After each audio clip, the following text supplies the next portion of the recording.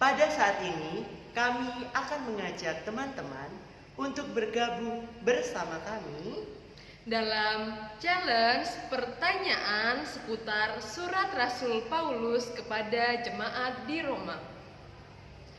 Mari kita lanjut agar pengetahuan kita semakin bertambah dan diteguhkan sebagai orang Kristiani. Pertanyaan bagian pengantar surat Paulus kepada jemaat di Roma. Nomor 1. Di kota mana dan tahun berapa Paulus menuliskan surat kepada jemaat di Roma?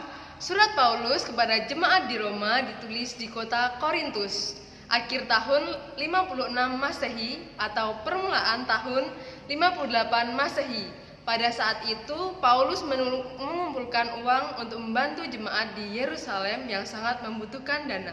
Oke, lanjut. Pertanyaan nomor 2. Surat Paulus kepada jemaat di Roma ditujukan kepada orang Yahudi atau bukan Yahudi? Bentar. Dua apa ya? Teng. Saya coba ya. Sebagian besar orang Kristen, bukan Yahudi, yang mengalami tekanan dari orang Yahudi maupun dari orang Roma itu sendiri. Oke, terus?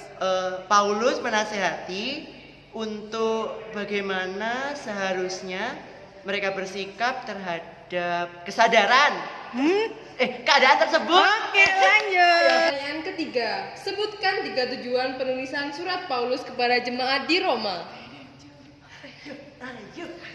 Yang pertama itu untuk memperkenalkan diri kepada jemaat di Roma. Nah, kalau yang kedua itu Paulus dapat menyusun pembelaan bagi jemaat di Roma. Terus kalau yang ketiga itu Paulus ingin memperhatikan kaum Kristen minoritas yang ada di Roma. Pertanyaan keempat, sebutkan 7 ciri utama surat Roma. Yang pertama, surat yang paling sistematis dan surat teologis yang paling hebat dalam perjanjian baru. Yang kedua, Paulus menulis dengan gaya tanya jawab atau gaya diskusi. Yang ketiga, Paulus menyampaikan kebenaran Allah sebagai inti pernyataan Injil. Yang keempat, Kak Ella. Dapat ya. Ayo, Daniel. Paulus memakai perjanjian lama secara luas sebagai kekuasaan Alkitabiah dalam menyampaikan sifat Injil. Yang keempat, Paulus memberikan perhatian pada rangkap dari dosa yang meliputi aspek dosa sebagai pelanggaran pribadi. Terus kemudian prinsip dosa. Kemudian yang keenam, Roma adalah uraian yang paling luas dalam kitab suci mengenai peran Roh Kudus. Yang ketujuh ya? Iya, ketujuh apa? Surat Roma berisi pembahasan yang paling berbobot mengenai penolakan Kristus oleh orang Yahudi. Pertanyaan bagian isi dan struktur. Pertanyaan nomor 1. Sebutkan struktur surat Rasul Paulus kepada jemaat di Roma. Bagian pertama itu kalau nggak salah pembukaan bab 1 ayat 1 sampai dengan 15. Lanjut. Terus bagian yang kedua itu tentang kekuatan Injil bab 1 ayat 16, kemudian dilanjut bab 8 ayat 39. Kemudian isinya ada Injil dan di dalamnya itu tentang kekuatan Allah, kemudian dosa manusia dan hukumannya. Oke, lanjut. Kemudian yang ketiga itu tentang pembenaran. Pembenaran itu pembenaran oleh iman ya. Oke. Pembenaran oleh iman akan Kristus. Ya, terus? Terus yang terakhir itu isinya tentang kehidupan orang yang dibenarkan. Bagian yang ketiga apa nih? Bagian yang ketiga itu sebentar, aku lupa. Tentang janji Allah ya? Iya. Janji Allah atas Israel.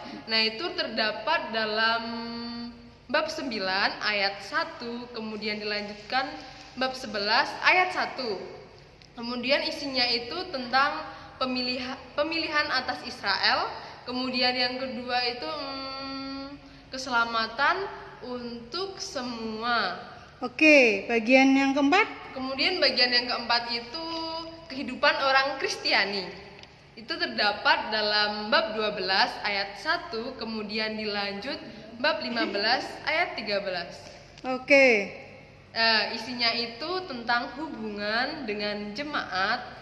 Terus yang kedua itu hubungan dengan orang, dan yang terakhir itu hubungan dengan siapa ya? Dengan siapa? Oh, dengan negara. Lanjut. Masih ada lagi hubungan dalam kasih. Lanjut. Masih ada Terus, lagi tuh. Masih ada lagi ya. Saling menerima. Ya. Kemudian yang terakhir itu Belum, masih dua lagi. ada dua lagi. Tidak menjadi batu sandungan. Terus? Kemudian Yang terakhir nih? ada yang terakhir ya.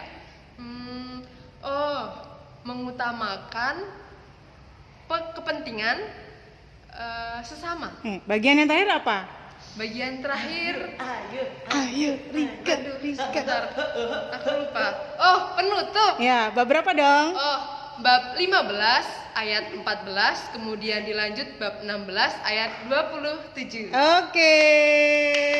Pertanyaan kedua, apa saja fakta menarik dari surat Paulus kepada jemaat di Roma? Apa ya? Apa ya? Ayo deh. Oke, awas aku yang jawab. Nah, surat Paulus di Roma itu yang pertama membahas tentang dosa orang Yahudi dan non Yahudi. Terus yang kedua itu surat Paulus kepada jemaat di Roma itu membahas tentang hukuman dan karya keselamatan Allah yang berlaku Bagi siapa ya? Siapa ya? Bagi semua orang. Terus yang terakhir apa ini? Terus satu lagi apa ya? Membahas tentang orang yang dibenarkan karena apa ya? karena imannya, Terus? bukan karena menaati apa ya? Nanti apa ya? Menaati hukum Taurat. Yeay. Lanjut. Pertanyaan ketiga. Siapakah tokoh menurut Paulus yang dibenarkan dalam iman dan disebut dalam surat Paulus kepada jemaat di Roma? Siapa ya? Ayo, siapa? Itu loh yang bapak itu loh. Abraham. Oh iya benar, Bapak Abraham. Bapak Abraham karena dibenarkan bukan karena dia menaati hukum Taurat, bukan karena itu, tapi karena dibenarkan menurut imannya.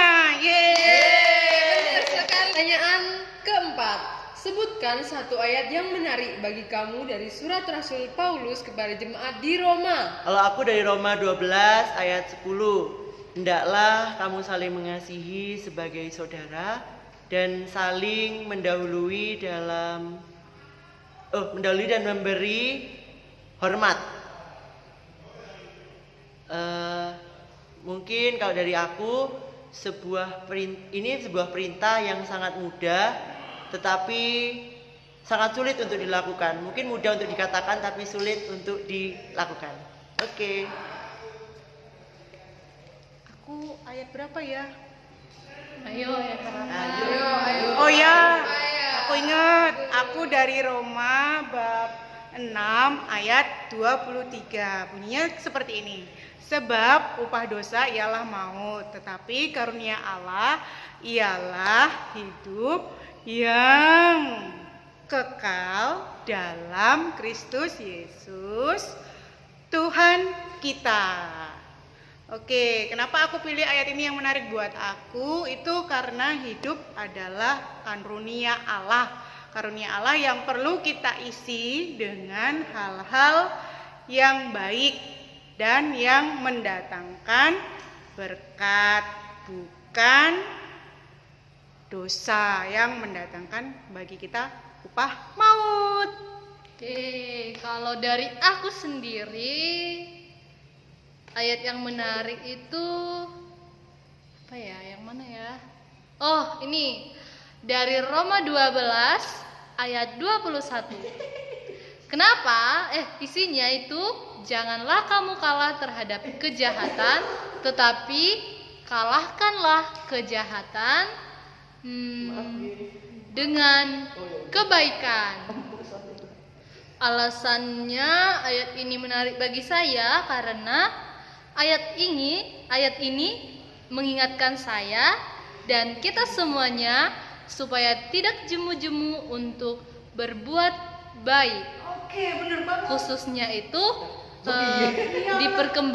di perkembangan zaman yang saat ini. Apalagi saat ini seringkali kita hanya melakukan hal-hal yang menyenangkan yang mendatangkan dosa. Nah, maka dari itu marilah kita berbuat baik. Nah, kalau aku diambil dari Roma bab 12 ayat 1 yang berbunyi, karena itu saudara-saudara, demi kemurahan Allah aku menasihati kamu supaya kamu mempersembahkan tubuhmu sebagai persembahan yang hidup, yang kudus dan yang berkenan. Yang berkenan kepada Allah. Itu adalah ibadahmu yang sejati. Nah, alasan saya memilih ayat ini karena mengingatkan kita untuk selalu melayani sesama sebagai bentuk ibadah kita pada Tuhan. Seru kan pertanyaan challenge-nya? Nambah pengetahuan kan? Nah, semoga video ini bermanfaat ya. Sampai jumpa. Bye.